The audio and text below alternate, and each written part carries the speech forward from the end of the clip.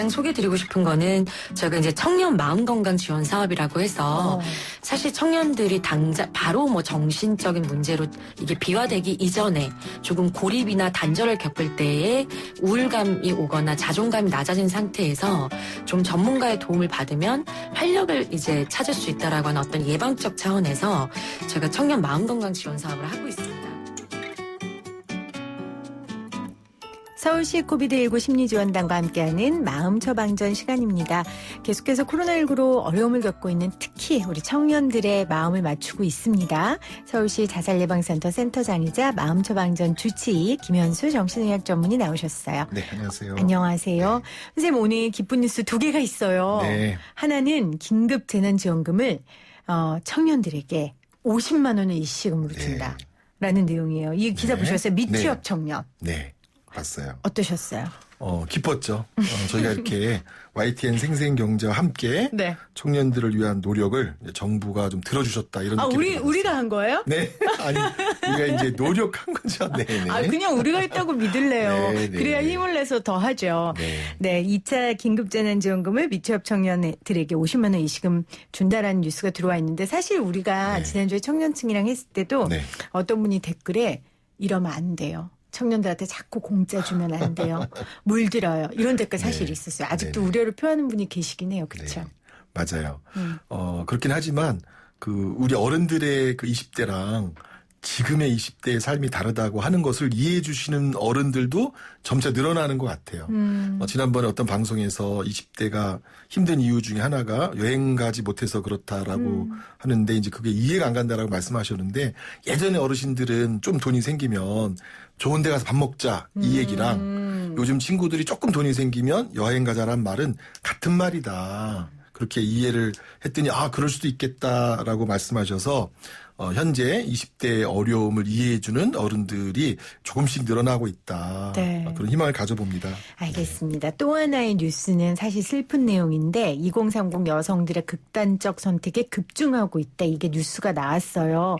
사실 내용은 너무 슬프지만 사실 저희가 정말 목청 높이 이야기한 내용이 이렇게 맞아요. 보도가 된다는 게 정말 저는 기쁘더라고요. 사람들이 관심 가질 수 있다는 거잖아요. 그렇죠? 네. 이제 저희가 한 달 또 서울시 자살예방센터에서는 한 2달 전부터 이런 이런 사회적 신호를 계속 얘기해 왔는데 이걸 이제 사회가 받아들여준다. 네. 이런 느낌을 갖게 됐고요. 또 이제 국회에서도 이런 사인을 좀 빨리 이제 받아들여서 국회에서도 조만간 20대 청년, 특히 이제 1인 가구이면서 어려운 미취업의 청년, 그중에 조금 포커스 맞추면 이제 여성들을 위한 간담회나 정책 제안이 나오지 않을까 그렇게 기대를 하고 있습니다. 네, 계속해서 기대하는 마음으로 힘을 내서 또 마음 처방전 코너를 저희가 잘 준비하도록 하겠습니다.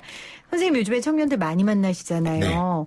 뭐 혹시 이번 주에 만난 청년들 중에 이야기 소개해 줄 만한 청년 있으세요? 네, 주말에 어떤 시민단체에 가서 20대 여성분 정말 저도 오랜만에 20대 여성분을 잠깐 거리 두기를 잘 지키면서 만났는데 그래서 저희가 이런 프로그램도 하고 이제 이런 마음 건강 지원도 있다라고 얘기를 했더니 본인과는 좀 거리가 있다. 그래서 왜 그러냐 그랬더니 어찌됐든 마음도 중요한데 본인은 제일 필요한 건 일자리인데 정부가 일자리를 많이 만드는데 뭐 그런 얘기도 하지만 또 본인에게 다가오는 일자리는 별로 없다. 그런 얘기 하시고요. 또 하나는 관공서를 통해서 한다는 게 뭔가 불편하다. 관공서를 간다는 것도 불편하고 그래서 관공서를 거치지 않고 하는 방법 없나 그런 얘기도 나눴고 그런데 제일 좀 이제 슬픈 거는 그래서 앞으로 희망이 있냐 없냐 이렇게 그냥 희망에 대해서 얘기했는데 20대 청년들 중에 한 분인데 희망이 뭔지 잘 모르겠다. 뭐 당장 일자리가 생기면 당장의 불편은 없어질 수 있겠는데 본인들은 부모님 세대랑 사는 방식하고는 다르게 살고 싶은데 그래서 저는 20대 분들에게 일자리도 중요하고 이 사회가 희망을 어떻게 갖도록 돕냐 이런 것도 중요하다 그런 생각을 갖게 됐어요. 우리가 한국 경제도 지속 가능한 모델을 만들어야 된다는 얘기를 많이 하잖아요. 네, 그런 네, 것처럼 네. 우리 청년들을 향한 정책, 마음도 지속 가능한 네. 거. 이들이 희망을 갖고 일상을 살아나갈 수 있도록 정말 시드가 되는 거, 그 씨앗이 되는 게 굉장히 중요할 것 같아요. 네. 그런 사명감으로 저희가 계속해서 이 코너 진행해 보도록 하겠습니다. 오늘은 청년들 중에서도 특별히 우리의 관심과 정부의 지원이 필요한 청년들의 이야기를 좀 해보려고 해요. 18의 어른이 되어버린 아이들. 사회는 이들을 보호 종료 아동이라고 부르는데요. 브라더스 키퍼의 김성민 대표 나오셨어요. 대표님 어서 오세요. 네, 안녕하세요. 저는 사람을 살리고 자연을 살리는 브라더스 키퍼의 김성민이라고 합니다. 반갑습니다. 반갑습니다. 브라더스 키퍼 어떤 일을 하는 단체입니까? 네, 브라더스 키퍼는 이제 보육원을 퇴소한 보호종료 아동들에게 안정적인 일자리를 제공하고요. 또 자립에 필요한 다양한 프로그램을 제공하고 있는 사회적 기업입니다. 보호 종료 아동들에게 안정적인 일자리, 그러니까 정말 먹고 살 수 있는 문제를 해결해 주는데 다리 역할을 하시는 건데 지금 보호 종료 아동이라고 하셨어요. 조금 우리 청취자분들이 이해하기 쉽게 설명을 해 주신다면요. 가장 편하게는 이제 보육원, 우리가 흔히 아는 고아원에서 이제 지냈던 친구들이 이제 보육원을 퇴소할 때 이제 보호종료 아동이라는 이름이 붙거든요. 그런데 보육원뿐만 아니라 그룹홈과 가정위탁이라는 형태도 있어요. 그래서 보육원과 가정위탁과 그룹홈에서 만 18세가 되어서 나오는 친구들을 보호종료 아동이라고 부르고 있습니다. 그러니까 부모의 도움을 받지 못하는 아이들을 말하는 거죠. 네, 그렇죠. 우리 대표님도 이 보호 종료 아동이셨고 제가 이렇게 표현해도 되는 겁니까? 제가 잘 네네, 몰라요. 저는 지금 저희를 지칭하는 언어가 네. 보호종료 아동이라면 저는 그 단어가 사실 저에게 상처가 되진 않아요. 저에게는 이제 감사의 제목이 되었기 때문에 문제가 되진 않는데 이러한 단어들로 인해서 우리 친구들이 상처를 받긴 해요. 그런데 그 부분들이 우리가 누군가를 지칭할 때 조심해야 되는 부분도 있지만 네. 먼저는 우리 친구들이 그 단어를 더 친숙하게 그게 친구들이 잘못해서 보육원에 들어가거나 그럼요. 그룹홈에 들어간 게 아니잖아요. 네. 그래서 그런 인식 개선들 또 아이들에게 그런 마음의 어떤 상처들이나 치유들을 해주는 게 우선이라고 생각합니다. 그래요? 네. 선생님 저는 근데 불편한데 어떡하죠? 그러니까 우리가 보통 탈북민을 세터민으로 부른다든지 사실 용어가 주는 느낌과 어감과 인식이 있으니까요. 근데 지금은 이런 아동들을 보호 종료 아동이라고 부르는 거죠? 네, 맞습니다. 알겠습니다. 그럼 제가 오늘 이 방송에서는 그렇게 지칭하기로 네. 하겠습니다. 왜냐하면 네. 우리가 이 청년들, 보호 종료 아동 출신 청년들한테 오늘 포커스를 맞추고 싶은 거니까요. 그러면 우리 대표님은 18살에 딱 사회에 나오신 거예요? 그렇죠. 저도 3살에 보육원에 입소를 해서요. 저희 이름과 주민번호 모두 보육원에서 만들어 주셨어요. 그렇군요. 그리고 고등학교를 졸업함과 동시에 보육원에서 이제 압박이 들어오더라고요. 언제 나갈 거냐. 그래서 제가 이제 고등학교를 졸업함과 동시에 보육원을 퇴소하게 되었습니다. 나올 때 뭐 어떤 거 들고 나올 나오셨어요? 때는 사실 저 당시에는 보육원에서 차비도 줄 수 없는 환경이었어요. 그래서 먼저 퇴소한 선배가 차비를 주셔서 그 돈으로 제가 경상북도 안동에서 서울로 올라올 수 있게 되었죠. 차비만 가지고요? 네, 맞습니다. 그래서 어떻게 그래서 6개월 정도 제가 노숙자 생활을 했던 것 같아요. 누구에게 손 벌릴 수 있는 공간도 없었고 또 사람도 없었기 때문에 6개월 정도 그런 어려운 삶을 또 살았던 것 같습니다. 선생님 이런 네. 분들 많이 보시죠? 많이 보기는 어렵죠, 사실. 그래서 아마 더 힘드실 수도 있을 것 같아요. 왜냐하면 다른 많은 청년들은 유복한 가정에서 자라는데 이렇게 나만 상대적으로 이렇게 어려운 과정을 겪는다라고 하는 그런 상대적인 박탈감이라고 할까요? 이런 게 요즘에는 더 힘든 것 같아요. 그렇죠. 옛날에는 다 비슷한 처지였기 때문에 네. 덜한데 아마 요즘 이제 보육원에 있거나 그룹홈에 있는 분들이 더 힘든 이유는 사회는 그렇게 안 돌아가는 것 같은데 나는 왜 이렇게 인생을 출발하나 이런 것 때문에 아마 더 힘드실 수도 있을 것 같고 사회가 이렇게 발전했지만 사실 아직 보육원 여전히 있고요. 그룹홈에도 여전히 아이들이 많이 있어서 우리 사회의 발전의 한 이면이 이런 부분이 아닐까 그런 생각을 합니다.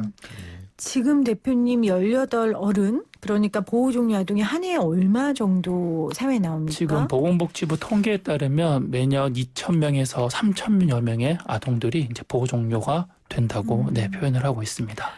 대표님한테도 연락이 오는 청년들이 많을 것 사실 같아요. 여기를 오는 이 차에서도 두세 명에게 연락을 받았어요. 예, 저에게는 연락이 굉장히 많이 와요. 왜냐면 저도 보육원을 퇴소하고 나서 한 200여 개의 보육원을 실제로 다녔었거든요. 그래서 그곳에서 퇴소한 친구들의 연락처를 한 명만 알아도요. 많은 친구들의 연락을 알 수 있게 돼요. 그래서 그 친구들이 소개를 통해서 저에게 연락이 많이 오고 있습니다. 그 친구들이 전화해서 되게 무슨 얘기를 합니까? 사실 우리 오늘 또 자살 예방센터 우리 센터장님도 오셨지만 제가 1년 전까지는 어떤 얘기를 주로 많이 들었냐면요. 보통 제가 한 달에 5번 정도 친구들이 자살한다는 소식을 들어요. 이게 적은 숫자는 아니잖아요. 그렇죠. 네. 그렇다고 해서 제가 모든 아이들을 알고 있는 것도 아니거든요. 예, 그런 안타까운 상황들을 접할 때마다 굉장히 마음이 힘들고 어려운데 최근에는 코로나가 또 발생을 했잖아요. 우리 친구들이 실직했다는 소식들이 너무 많이 들려오고 있고요. 그리고 더불어서 그 실직한 상황들 때문에 자신의 삶을 포기하고 싶다. 또 그런 시도들을 했었다라는 이야기들을 많이 전해오고 있습니다. 그러니까 18살에 사실 어린 나이에 사회 나오면 가장 어려운 게 왜 나는 혼자일까라는 그 상대적 박탈감과 함께 마음의 어려움 그리고 가장 실질적인 나는 이제 뭘 먹고 살아야 하나 경제적 어려움일 텐데 이게 코로나19로 더 어려운 상황이 생긴 거예요. 사실 김현수 선생님 많이 걱정하셨잖아요. 네, 이 친구들에게. 맞아요. 이제 사회적으로 이제 이렇게 어려워졌을 때 가장 취약한 그룹은 사회적 지지가 없는 표현은 이렇게 하지만 사실 이제 혼자 지내는 분들이죠. 그 혼자 지내는 분들 중에서도 이제 30, 40대는 그래도 뭔가 축적을 좀 이렇게 해놓을 수 있을 텐데 나온 지 얼마 안 된 친구들 20대 초반의 이 친구들이 정말 여러 가지로 힘든데 물론 경제적인 것도 힘든 거고요. 저도 이제 제가 만난 이 그룹의 친구들의 얘기를 들어보면 이제 진짜 혼자다. 세상에 진짜 혼자 내가 나와서 산다 그러는데 이 혼자 산다는 이 거의 망망대해에 떠 있는 그런 기분인데 나를 도와줄 사람을 정말 찾고 싶고 도와줄 사람이라고 또 찾아가서부터 부탁을 해봤는데 사실 막상 생각보다는 큰 도움을 주지 않아서 또 낙심하고 이제 또 배신감도 느끼고 막 이러는 상황에서 그나마 이제 일자리를 유지하면서 어떻게 근근히 살아왔는데 코로나 때문에 일자리마저 다 끊기니까 좀 손 벌릴 데가 없는 형편 이런 절망에 처한 친구들이 많을 수밖에 없기 때문에 특히 저는 이 코로나 시기에 이런 지지 그룹이 없는 젊은이들 이런 젊은이들을 위해서 이제 사회가 뭘 해야 되지 않나 그런 생각을 꾸준히 해왔었습니다. 대표님은 어떠세요? 우리 센터장님 얘기를 들으면서 이런 건 진짜 사회에서 좀 해줬으면 좋겠다. 지지 그룹이 없는 우리 청년들에게 좀 뭐 생각했던 거 있으세요? 평소에? 사실 저에게 연락이 오는 건 사실 아이들의 얘기를 들어줄 수 있는 사람이 없기 때문이잖아요. 실제로 정말 다양한 이야기들을 저에게 털어놔요. 그런데 제가 그 많은 이야기를 그렇죠. 실제로 들어줄 수 있거나 해결해 줄 수 있는 위치에 있지는 않거든요. 그래서 우리 친구들이 그리고 뭐 50명, 60명이 함께 지내다가 갑자기 홀로 지내는 시간들을 경험하다 보니까 외로움을 굉장히 많이 타게 돼요. 이럼으로써 일어나는 다양한 또 범죄나 문제들이 있거든요. 그래서 친구들이 연락을 할 때 아이들의 그 외로움들을 좀 달래줄 수 있거나 아이들의 문제가 생길 때 그 문제를 함께 해결해 줄 수 있는 어른이라던가 아니면 어떤 센터들이 있어서 그 친구들의 이야기를 들어주고 나누어 줄 수 있는 공간만 있어도 범죄나 문제에 빠지진 않겠다라는 생각을 많이 하게 되죠. 예전보다 확실히 어려워진 게 사실 저도 이제 이 그룹의 친구들도 있고 또 가까이 지내던 관련된 분들도 계시고 그래서 제가 가출한 청소년들하고 진짜 오래 지냈거든요. 거의 20년 상담하고 지내고 그룹홈 친구들 많이 아는데 예전에는 기숙형 공장을 갔었어요.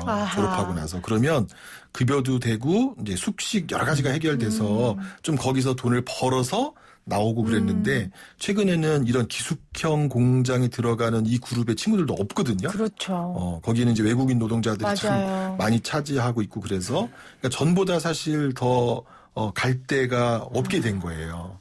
그러면서 사회적으로 막 진짜 아무도 나를 기억해 주는 사람이 없는 것 같은 그런 기분에 빠지면서 이제 주변에 어떻게 도움을 요청해야 될까도 이제 모르는 그런 상태가 됐기 때문에 하여튼 전보다 이 그룹이 더 어려워졌다. 그래서 이 그룹을 도와줄 수 있는 어떤 채널이 반드시 필요하다. 우리 대표님 말씀하신 것처럼 이 보호 종료된 아동에서 청년으로 전환된 그룹을 전담해서 지원해 줄 수 있는 그런 복지부의 부서나 또는 서울시 안에서도 이 그룹을 끝까지 케어해 주는 성공한 성공의 정의는 달라질 수 있지만 그래도 자립할 수 있고 자립할 수 있도록 안착할 수 시민으로서 건강한 가정을 꾸리면서 안착할 수 있도록 도와주는 부서가 필요하다라고 서울시에도 부탁하고 싶고 복지부에도 강력히 요청하고 싶습니다. 네.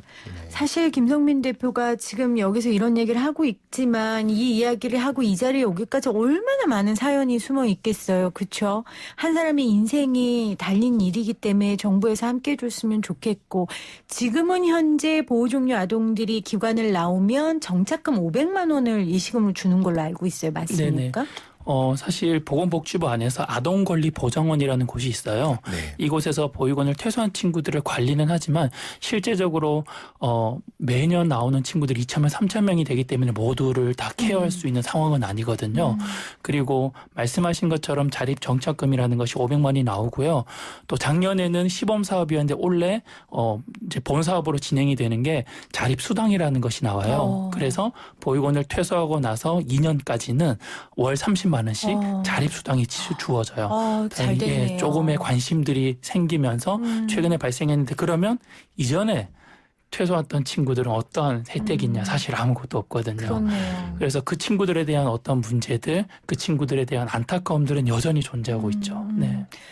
우리가 너무 안타까운 얘기만 했는데 사실 보호종료 아동 출신의 청년들 중에서도 열심히 노력해서 또 많은 사람들의 도움으로 잘 사는 친구들도 많잖아요. 그렇죠. 소개해 줄 만한 친구 있으세요? 정말 물론 대표님이고 일단. 네, 저도 이제 그렇게 되고 싶고요. 네. 꼭 그렇게 되고 싶고 많은 친구들이 자기의 그 자리에서 정말 열심히 하는 친구들이 많아요. 지금은 뭐 미용실의 원장님이 되어 있고 또 대학원에 가서 내가 우리 후배들을 위해서 열심히 노력하겠다라고 하는 친구들도 있고 또 스스로가 자립 전문가라고 해서 스스로가 이제 그 자립 관련된 정보들을 취합해서 후배들에게 알려주는 그런 친구들도 많이 이제 생겨나고 있습니다. 이런 분들이 있기 때문에 또 희망을 가지고 해야 되는 거잖아요, 선생님. 네. 선생님, 우리의 보호종료 아동 출신의 청년들을 위해 정책에 조금 좀 진보했으면 좋겠다 하는 측면 또 있으세요? 아까 보건복지부나 전담부서가 있었으면 좋겠다 했는데 또 이런 친구들 많이 만나셨으니까. 네. 저는 지난주에 서울청년청에서 담당하는 그 정신상담 프로그램 이런 것들을 좀 우리 이 친구들한테 좀 적용해서 해주면 어떨까 싶은데요. 사실 이제 이분들이 말할 사람이 필요하고 상의하고 의논할 어른이 필요한 건 사실인데 그게 아마 상담이라고 생각하지 않을 가능성은 높아요. 사실은 우리 대표님 말씀하신 것처럼 자립 전문가 멘토가 필요한 것 같아요. 방구하는 거, 일자리 구하는 거, 실질적으로 또 연애하는 거, 또 사실 이제 돈이 없다 보니까 돈을 돌리는 방법에 관해서는 잘 알지만 돈을 재테크하는 거, 모으는 법. 그래서 이제 막연한 상담보다는 현실적인 도움을 줄 수 있는 여기 브라더스 키퍼 같은 정말 이제 형제 같은 어른들 그런 멘토들이 이 친구분들에게 이제 필요하지 않은가 생각하고요. 근데 이제 걱정은 이제 중산층에서 지내시던 분들이 이분들의 어려움을 잘 몰라서 이제 서로 관계를 맺기가 어려운 게 제일 큰 이제 장애물인 것 같은데 실질적인 이 청년들에게 도움을 줄 수 있는 그런 멘토 그룹을 정부가 연결시켜주는 게 필요하지 않을까 그런 생각이 듭니다. 그 하나원이라고 있잖아요. 그러니까 탈북자들이 왔을 때 세터민들이 왔을 때 하나원에서 정식 교육을 받는단 말이에요. 그 안에서 재테크 교육도 받고 뭐 여러 가지 필요한 교육을 받는데 그런 기관만 좀 국가에서 하나 운영해줘도 좋지 않을까 하는 생각이 들어요. 실제로 보육원을 퇴소하기 전에 그런 자립과 관련된 교육들은 하기는 해요. 그런데 이게 워낙 형식적이다 보니까 친구들이 아무것도 습득되어서 나오는 경우는 나오지 못하는 경우가 훨씬 많거든요. 네. 그래서 말씀하신 것처럼 자립과 관련된 교육이나 어떤 뭐 정서적인 회복들을 전문으로 하는 그런 기관들이 꼭 있으면 네, 너무 좋을 것 좋겠습니다. 같습니다. 네. 알겠습니다. 그리고 0977님이 보호 종료 아이들이라는 말 대신 우리 아이들이라고 불러요. 구분 없이 우리 모두의 아이들이니까요. 하셨고요.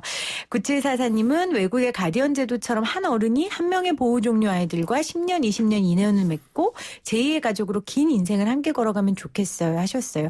제가 아는 변호사 중에 이런 시민단체를 하는 데가 있어요. 그래서 저도 아주 소액이지만 매달 후원을 하고 있는데 이런 정말 한 어른이 한 명의 보호 종료 아이들과 함께 인연을 맺는다는 거 굉장히 중요한 일이라고 생각합니다. 자, 마지막으로 우리 선생님 뭐 정리하고 싶으신 말씀 있으세요? 이렇게 이제 20대 청년들의 어려움을 사회가 조금씩 받아주는 분위기가 형성되기 시작했기 때문에 20대들의 언어, 20대들의 문화 이걸 좀 어른들이 이해해 주시는 게 더 필요한 시기가 다가왔어요. 네. 그게 뭐냐면 벌써부터 추석 얘기가 나오면서 추석 때 가냐마냐부터 시작해서 그래서 지금 추석에 대한 부담이 이미 이제 청년들에게 논의가 되고 있다. 그래서 저희가 서울시 코비드 심리지원단에서 추석 스트레스를 경감시키기 위한 대화법도 만들어보자 이런 얘기 했는데 이제 어른들이 이제 추석을 맞이해서 20대 친구들에게 네. 취업했냐, 결혼할 거냐 이런 얘기 정말 안 하고 얼마나 힘드냐. 네. 취업 자리도 없다는데 20대들을 격려하고 위로해 줄 수 있는 20대에게 힘을 불어넣어 줄 수 있는 추석 대화법 이거를 지금 만들어서 시민들과 함께 공유할까 생각합니다. 네.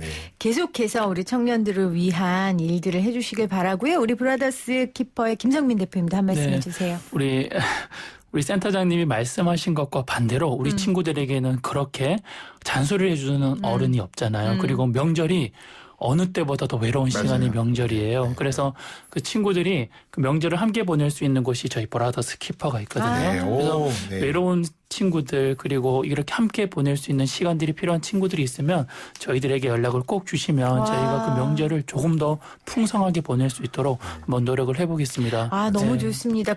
브라더스 키퍼를 응원하는 게 정말 중요한 일이라고 생각해요. 맞습니다. 우리 9497님이 저희 그룹 모계열사에서도 보호종료아동 대상 지원 중인데 이분들이 정말 잘 성장하시길 기도해 봅니다. 이렇게 보내주셨습니다.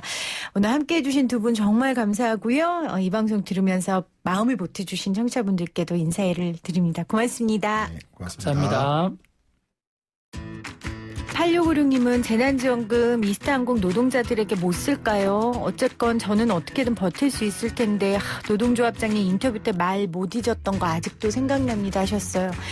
정말 고맙습니다. 이 마음이 우리 해고를 앞둔 노동자들에게 잘 전달되길 저도 기원하겠습니다. 함께해 주신 여러분 고맙습니다.